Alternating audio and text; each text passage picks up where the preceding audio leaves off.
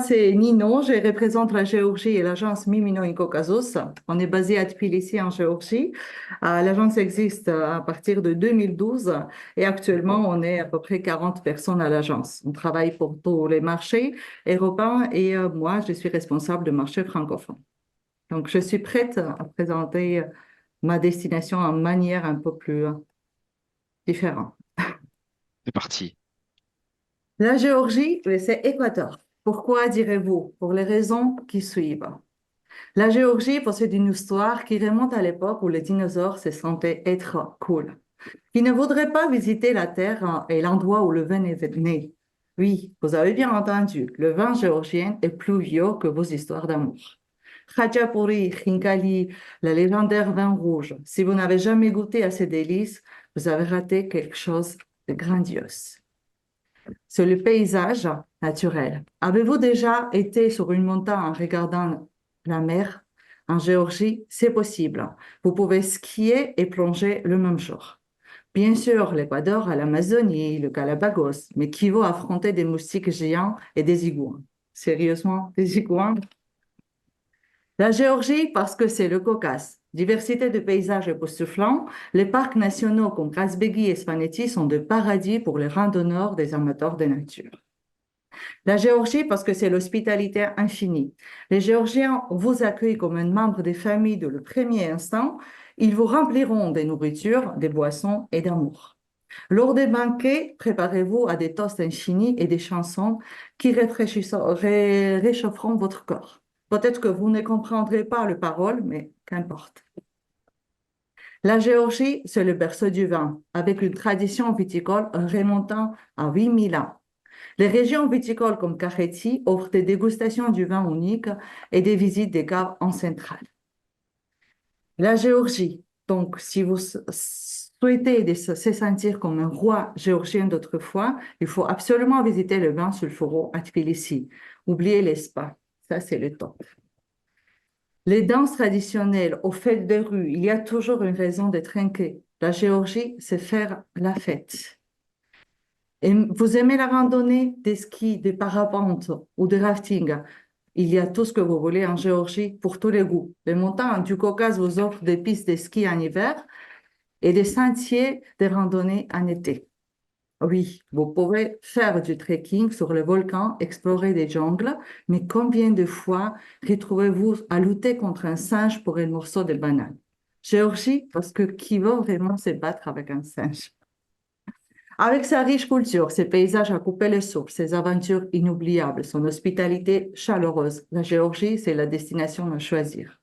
Géorgie, comparée à de nombreuses destinations européennes, offre un excellent rapport qualité-prix. Géorgie, parce que tout le monde aime se sentir chez toi où qu'il aille. Merci. Bravo, bravo, bravo. Félicitations. Ça va être chaud pour l'Équateur.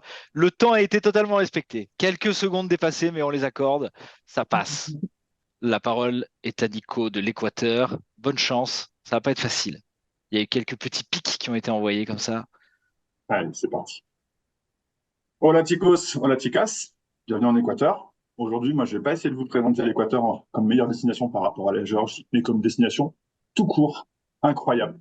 C'est un pays extraordinaire, beaucoup de biodiversité, c'est une région qui est surprenante et singulière. Concrètement, je vais vous partager mon petit secret. On est tous des grands voyageurs, on fait tous partie du monde des réceptifs, mais moi, ce pays m'attire et m'intrigue depuis des années, c'est pour ça que j'y vis. Alors, concrètement, bienvenue dans le pays des cinq mondes. L'Équateur, d'abord, c'est 15% de la biodiversité mondiale, juste pour vous donner un ordre de grandeur.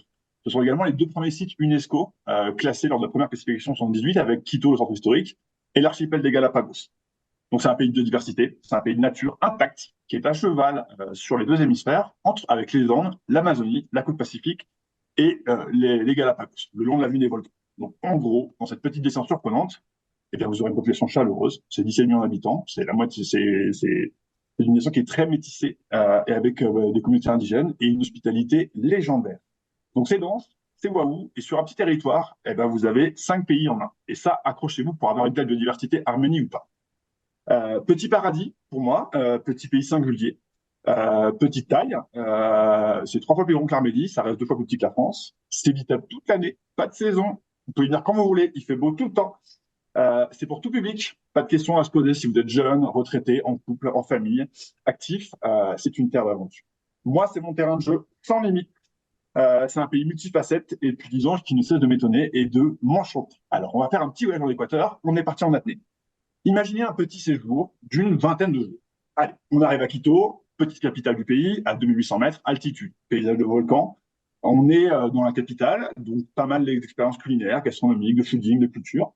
Ensuite, on va faire un petit tour dans les Andes, on va aller faire un petit peu de palamo, on va aller faire du cheval, on va découvrir les marchés colorés, les haciendas historiques. Tiens, on va découvrir le volcan Chimborazo, qui n'est autre que le point le plus éloigné du centre de la Terre, parce qu'on est à cheval sur les deux hémisphères. Petit point intéressant également, que personne ne peut nous envier. Et ensuite, partir en Amazonie, c'est très bien parler un petit peu du vin géorgien, mais moi je pense que l'Équateur offre le meilleur du cacao, parce que c'est là qui a été domestiqué, le cacao sauvage en Amazonie. Donc allons-y pour des paysages d'Amazonie intacts et magiques, pour découvrir des forêts primaires, des faunes et des fleurs qui ne sont pas agressives. Je parlais des moustiques et des iguanes. Bon, on ira voir les alligators et les anacondas sans problème. Pour aller surtout rencontrer des expériences de projets de tourisme communautaire et dans des écologes, dans les zones préservées. Ensuite, eh bien, partons au Galapagos. Tant qu'à faire, c'est unique, c'est un archipel endémique, c'est volcanique, il y en a pour tous les goûts, de la plongée, des espèces endémiques, du snorkeling, de la croisière ou en île en île. De toute façon, il y en a pour tous les goûts. Ça vous permettra surtout d'avoir un rapport unique avec la faune et la flore. On est les invités des animaux au Galapagos, et ça, c'est facile d'accès. Et ça, c'est pour tous, toute l'année. Donc, pour faire simple, en quelques mots, eh ben, même si l'Équateur est une mission certes lointaine, au contraire, ça se prête hyper bien à du slow travel, sur des voyages éco-conçus, plutôt avec de la RSE sur nos engagements. Surtout, ça fait un pays qui est hyper dense, donc vous avez un petit concentré d'Amérique du Sud, pas besoin d'aller cavaler aux quatre coins du monde, parce que vous avez tout sur place. Les distances sont pas assez courtes et tout le monde va s'y retrouver. Alors oui, c'est vrai, je vous parle même pas des autres mondes qu'on n'a pas évolué. Hein. Le Choco Andino qui est sur les cordillères, les paysages intermédiaires, de par la géologie. Je vous parle même pas de la côte pacifique. Vous voyez, il n'y a pas besoin. On se régale en Équateur. Mais c'est un petit pays qui est particulièrement attachant. Pour moi, c'est la sérendipité à l'état pur. Les gens sont chaleureux, on se régale et toute la famille aura, tôt ou tard, au cours de ce voyage, une expérience mémorable. Alors oui, c'est vrai, l'Équateur a mauvaise presse en ce moment. Ça, c'est certain. On est un peu à la pointe du narcotourisme.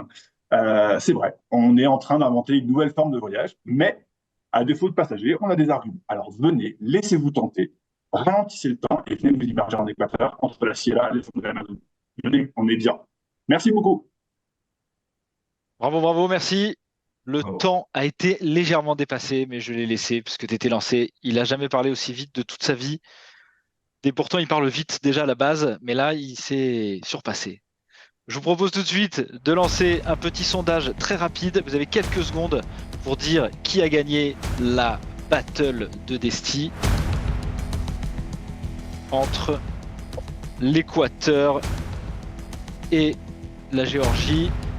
Vous avez quelques minutes pour voter. Oh là là, c'est très serré, c'est magnifique, c'est incroyable.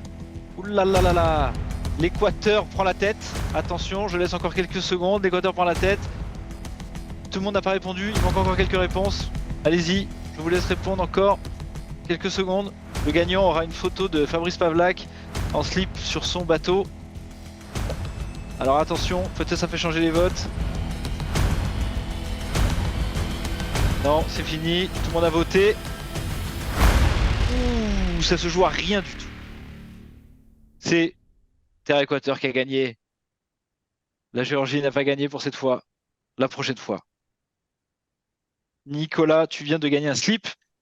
Je te félicite. Je ne sais pas si Nino, finalement, t'as bien fait de ne pas gagner. C'est pas plus mal.